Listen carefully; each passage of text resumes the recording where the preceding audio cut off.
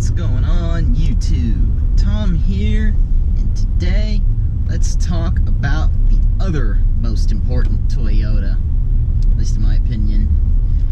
That is the new Supra.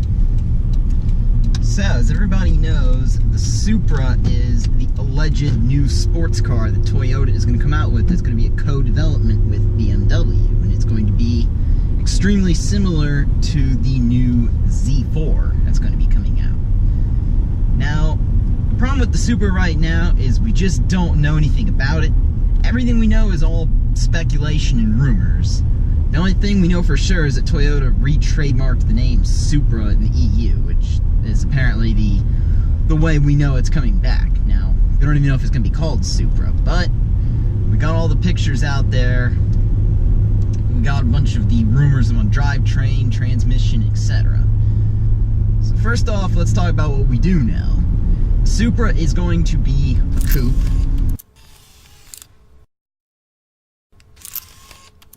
And then it's going to, like I said, it's going to share the same platform as the BMW Z4. But to what extent, we have no idea. So far, the rumor that came out was that it's going to be more of the sport and performance-oriented version, while the Z4 will be more of a luxury version.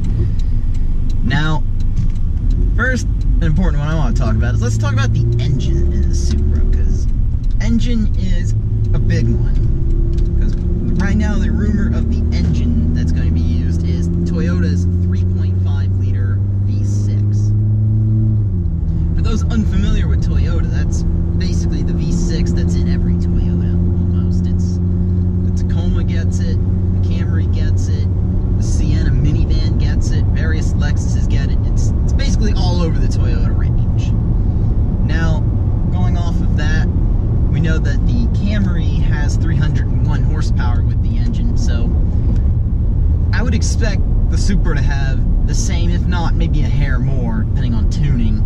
Possibly the Supra might get a version of it that might rev a little higher. That's what I would expect anyway, because the Supra's more of a performance car than the Camry is. But, again, we don't know yet, and that's of course going to be the base model. Now there is also a rumor for a twin-turbo version to come out, to be the Supra Turbo. But obviously going off the tradition of the Mark IV, that it would get a turbo version. And the Mark IV Supra, as everybody famously knows, it had the 2JZ inline 6 with a sequential turbo setup.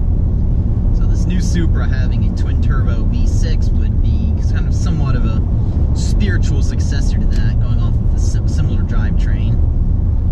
And of course, it most likely would be a sequential turbo, just like the original Supra. Sequential turbo being one small turbo and one big turbo, and they would alternate depending on the RPMs of the engine. Obviously, sequential turbo meaning that small turbo would kick in when the car is being launched and under low RPM, and then as the car gets into higher in the RPM, the big turbo kicks in. That way you don't have the turbo lag. And of course, that would be almost a similar setup to the Ford EcoBoost, which people were talking about. That's what they were desiring in the Mustang, where they said, Ford should put that 3.5-liter EcoBoost into the Mustang. Basically, if you're not brand partial, if you're willing to shop impartially, if you're a Mustang fan and you were one of the people that said that engine should go into the Mustang, this is your chance, because this is going to be, that's basically a very similar engine, most likely, going into the Supra. But again, if you're not brand partial, and it is going to be different than a Mustang. Mustangs are more for straight line. The Supra probably will follow the tradition and be more of a handling car. And of course, if it's going to be based on BMW architecture, it's probably going to be more of a handling car anyway. Obviously, the Supra, they get used for drag racing, but they're more of a handling car to start with. But we'll have to see. Now, let's talk about some of what I want for the Supra. Obviously, number one, it needs to be styled pretty well. Toyota is in the midst of changing their image right now. They're trying to go from your dad's Toyota into more of a sporty brand. They're trying to get kind of more younger buyers in. Basically, they've been doing that since Scion. Of course, Scion, failed, so do what Scion couldn't, and that's attract millennials and other young college students. Some of you all saw with the Camry review I did on Monday. I'll put a link to that above. They're really working hard to get cars like that a lot better. Like, Camry is all of a sudden this exciting car. It used to be just dull. Camry's just flat, dull before. Tacoma, I drive a second-gen Tacoma, and it was kind of criticized basically through its entire run as being too utilitarian. Like, it's too much of a work truck. It's not very exciting. And now you got the third-gen Tacoma. I've done a couple test drives of it, and it's a lot more fun to drive, even for a Tacoma. So, Toyota's working hard to change that image, and the Supra has good potential of being a flagship model for a new line of either Toyota sports cars. For one, there was a rumor about that, and apparently they are doing that officially in Japan. It'll be the Toyota GR line.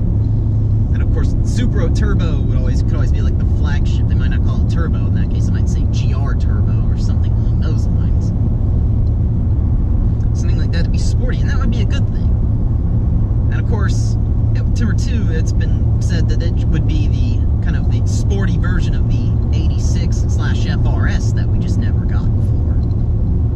Now, let me say this though, I don't want the car to get compared to the 86 or the FRS, because in my opinion, those cars have an entirely different purpose. Those cars are for people who are buying cars that want to run a sports car on a budget. To me, that car is a more competitor for like the old V6 Mustangs or the EcoBoost Mustang, your entry-level Camaro, your Mercedes the 45 AMG series, 43 AMG series, things like that, where it's not necessarily a car you're trying to get full performance out of. You're trying to run it on a budget. It's like you can drive it every day, you're gonna have fun on a back road and smile. The Supra, just to me, it almost implies the Supra is not going to be that. The Supra is going to be an actual performance car from Toyota. Speed and power! No more Prius wheels. You know, nothing like that. It's actually going to have a proper set of sports tires, proper set of wheels, good suspension setup. To me, the Supra needs to be able to be modified. It needs to be a good platform to build off of. So I think it should get a manual option, and that's what everyone is saying, that, you know, it's rumor right now is it is going to get a manual option. Definitely needs a good high strength automatic option for a decent number of gears and good ratios and everything. It's got to have a good solid built drive shaft, a good solid set of half shafts, all the things like that that typically become weak points when people start modifying cars. And then it definitely, for sure, and this is my opinion, just like the old Supra, it needs a good set of internals on the motor. Like, it honestly, if it came with forged internals, that 3.5 liter twin turbo V6, it would be amazing. Because the only cars that truly come with forged internals right now are the Corvette Z06 with its LT4 V8, and then the BMW M2. Two famous kind of platforms for mods right now. Well, famous is debatable, but in my mind they're significant cars because of that. So Supra, and everyone's of course going to want to modify it. Everyone's going to remember the Supra name. Obviously, we all remember the Mark IV Supra. Yep, and especially we all remember what famous actor said he lived a quarter mile at a time. I live my life a quarter mile at a time. Nothing else matters, not the mortgage, not the store, not my team and all their bullshit. For those 10 seconds or less, I'm free. And also drove a Mark IV Supra. So, if you're between 12 and 30, you probably have seen one of the Fast and the Furious movies, and so you know the Supra. If anything, Toyota is taking that Supra nameplate, and they're really going to exploit that, in my opinion. If they actually do use the Supra nameplate, if they don't call it something else. And of course, styling has to be on point with the Toyota, because I mean, Toyota these days is getting kind of some harsh criticisms. I look at Toyotas, and I think the Camry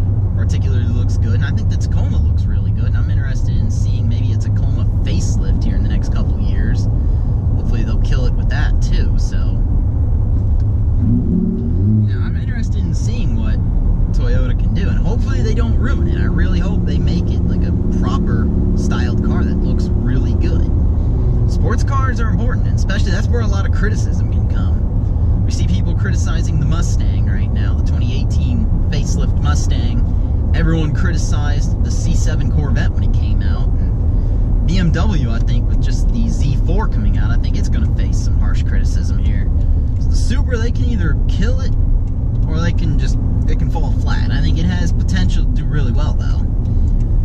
So hopefully it becomes a good platform for Toyota to build off of. And I really hope that we can see some kind of new performance Toyotas coming out of this. And Toyota has potential to really turn their image around here from Dad's Toyota to actually an exciting brand that people want to buy again. So either way, let me know in the comments below what you all think of that. If anyone is excited for that new Supra or is actually looking to buy one, let me know below, because I want to hear everyone's opinion on this car.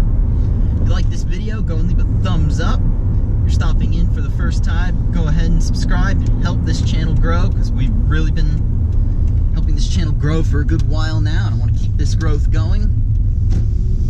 Take care, have a good day.